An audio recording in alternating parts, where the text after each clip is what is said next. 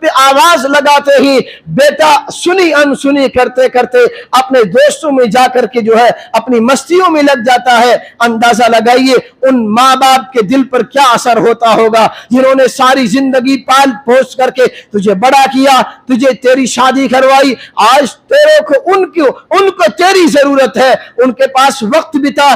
آج ہمارے پاس دوستوں کی محفلوں کے لیے وقت ہے، یاروں سے ملنے کے لیے وقت ہے، جو ہے پکنک منانے کے لیے ہمارے پاس وقت ہے۔ اگر وقت ہمارے پاس نہیں ہے تو ماں باپ کی خدمت میں بیٹھنے کا وقت نہیں ہے۔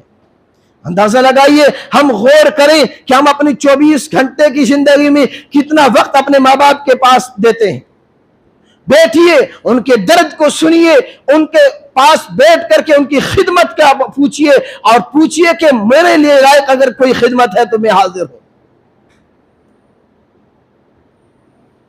ماں باپ کی خدمت کیجئے، جیتے ہیں اگر کسی کے ماں باپ قدر کیجئے ان کی، یہ ہستی دنیا میں دوبارہ نہیں ملا کرتی ہے۔ دنیا کے سارے رشتے آپ کو مل جائیں گے، آپ کا دوست چلا گیا دوسرا دوست مل جائے گا، آپ کی بیوی چلی گئی آپ کو دنیا میں دوسری بیوی مل سکتی ہے، لیکن اگر ماں باپ اس دنیا سے چلے گئے اس کا کوئی بدل نہیں ہے، دنیا میں کوئی بدل نہیں ہے۔ اس لیے نبی کریم صلی اللہ علیہ وسلم نے، ہم سنتے ہیں بارہا واقعہ، اللہ کے رسول صلی اللہ علیہ وسلم کی والدہ کا انتقال تو کب ہو گیا تھا؟ آپ صلی اللہ علیہ وسلم کی 6 سال کی عمر تھی، 6 سال کی عمر ہے، اور نبی کریم صلی اللہ علیہ وسلم کی والدہ کا انتقال ہو گیا جب آپ مدینہ المنورہ سے مکے کا سفر کر رہے تھے۔ راستے میں مقام ابوا پر آ کر کے اچانک آپ کی والدہ کا انتقال ہو گیا۔ لیکن اس کے بعد 57 سال کے بعد جب نبی کریم صلی اللہ علیہ وسلم حج کے لیے تشریف لے جا رہے ہیں، آپ نے اسی راستے پر حج کا سفر کیا اور مقام ابوا پر آپ نے پڑاؤ ڈالا، اور پڑاؤ ڈال کر کے نبی کریم صلی اللہ علیہ وسلم اپنی ماں کی قبر پر پہنچے ہیں۔ 57 سال کی عمر ہے، یعنی 51 سال کے بعد ایک نبی اپنی ماں کی قبر پر پہنچ رہے ہیں، اور اللہ کے رسول صلی اللہ علیہ وسلم اس پہاڑی پر چڑھتے ہی اپنی ماں کی قبر پر پہنچتے ہیں، اپنی ماں کی قبر کی مٹی کو صاف کرتے ہیں، اور اکڑوں بیٹھ کر کے نبی کریم صلی اللہ علیہ وسلم نے جو رونا شروع کیا ہے، صحابہ فرماتے ہیں کہ نبی کریم صلی اللہ علیہ وسلم کے آنسو اتنے بہے کہ آپ کی داڑھی مبارک تر ہو گئی۔ آپ کو روتا دیکھ کر کے صحابہ کرام بھی رو پڑے۔ پوچھا یا رسول اللہ اتنا روتے ہی وجہ کیا ہے؟ اللہ کے رسول نے فرمایا مجھے اپنی ماں کے ساتھ بتائے ہوئے دن یاد آ گئے ہیں۔ 51 سال کے بعد ایک 6 سال کا بچہ اپنی ماں سے جدا ہو رہا تھا، اس وقت کیا یادیں رہی ہوگی اس معصوم بچے کو؟ لیکن یاد کریے نبی کریم صلی اللہ علیہ وسلم زار و قطار رو رہے ہیں اپنی ماں کی قبر پر کہ مجھے اپنی ماں یاد آ گئی ہے۔ یہ کردار ہے نبی کریم صلی اللہ علیہ وسلم کا جو ہمارے اور آپ کے لیے نمونہ ہے۔ آپ کی دائی حلیمہ جو نبی کریم صلی اللہ علیہ وسلم کی رضائی ماں ہے، اللہ کے رسول سے ملنے کے لیے تشریف لاتی ہے۔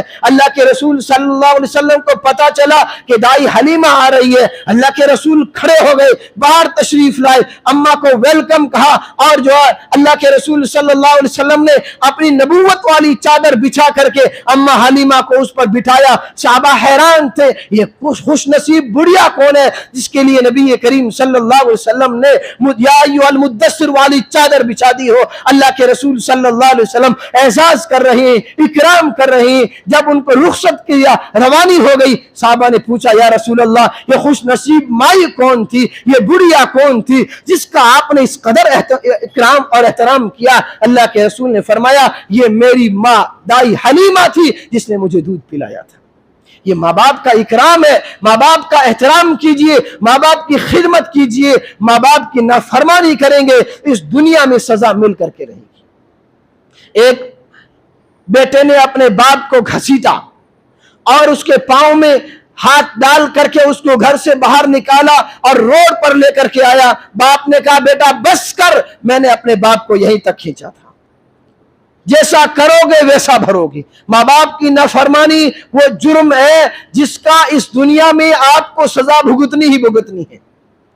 سینکڑوں قسم کے واقعات علماء کرام نے لکھے ہیں اس معاملے میں کہ جو ماں باپ کا نافرمان ہوتا ہے نہ دنیا میں کامیاب ہوگا نہ آخرت میں کامیاب ہوگا۔ اس لیے ماں باپ کی دعائیں لیجئے۔ بنی اسرائیل کے ایک بزرگ کا واقعہ جو ہے حدیث میں آتا ہے جریح نامی ایک آدمی تھا جو انتہائی بزرگ اور پارسا تھا، اپنی کٹیا میں دن رات اللہ کی عبادت کرنے والا۔ اس کی ماں اس کے ساتھ رہتی تھی، اور ایک مرتبہ نماز پڑھ رہا تھا، ادھر ماں نے بیٹے کو آواز دی، بیٹا جریح ادھر آؤ، بیٹا جریح ادھر آؤ۔ اس نے سوچا کہ ماں آواز دے رہی ہے لیکن میں تو نماز پڑھ رہا ہوں، نماز کی حالت میں ماں کو کیسے جواب دوں؟ پھر ماں کی آواز آئی، کوئی سخت ضرورت ہوگی ماں کو، فرمایا بیٹے کو آواز دے رہی ہے لیکن بیٹا نفلی نمازوں میں مشغول ہے۔ جب ماں تنگ آ گئی تو ماں کی زبان سے ایک جملہ نکلا کہ اللہ تجھے اس وقت تک موت نہ دے جب تک تو کسی زانیہ کا چہرہ نہ دیکھ لے۔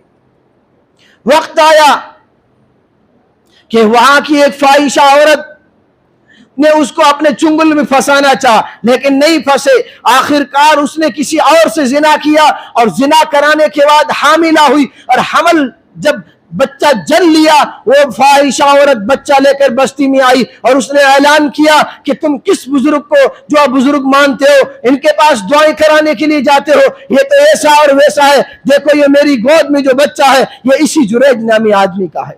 ساری بستی خفا ہو گئی، اس جو ہے عبادت خانے پر چڑھائی کر دی، عبادت خانے کو ڈھا دیا اور اس کو مارنے پیٹنے پر آ گئے۔ اس سمجھ گیا کہ رک جائیے، ٹھہر جائیے، اس بچے کو لے کر کے آئیے، مجھے 2 رکعت نماز پڑھنے دیجئے۔ اس نے 2 رکعت نماز پڑھی، اپنے اللہ سے توبہ کی، اور اللہ سے توبہ مانگنے کے بعد اس نے اس بچے کو اللہ کی قسم دے کر کے کہا، اللہ کا واسطہ، معصوم بچہ تھا، اس بزرگ کی کرامت تھی کہ اس کو اللہ کی صدا، اللہ نے اس کی سنی اور اس کی توبہ قبول کر لی۔ فرمایا، پوچھا بچہ تو کس کا بیٹا ہے؟ اس نے کہا کہ میرا باپ جو ہے فلاں چرواہا ہے۔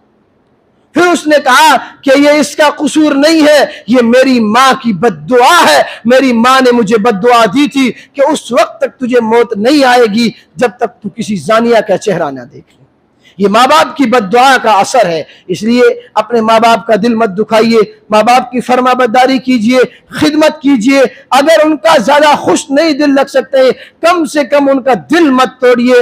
اگر ماں باپ کا دل ٹوٹ گیا اور ان کی دل سے کوئی آہ نکل گئی، یاد رکھیے ہماری نسلوں کو برباد کرنے کے لیے ماں باپ کی ایک آہ کافی ہو سکتی ہے۔ اس لیے اپنے ماں باپ کی قدر کیجئے۔ اللہ تعالی ہمیں اپنے ماں باپ کا فرما بردار بنائے۔ وآخر دعوانا الحمدللہ رب العالمین۔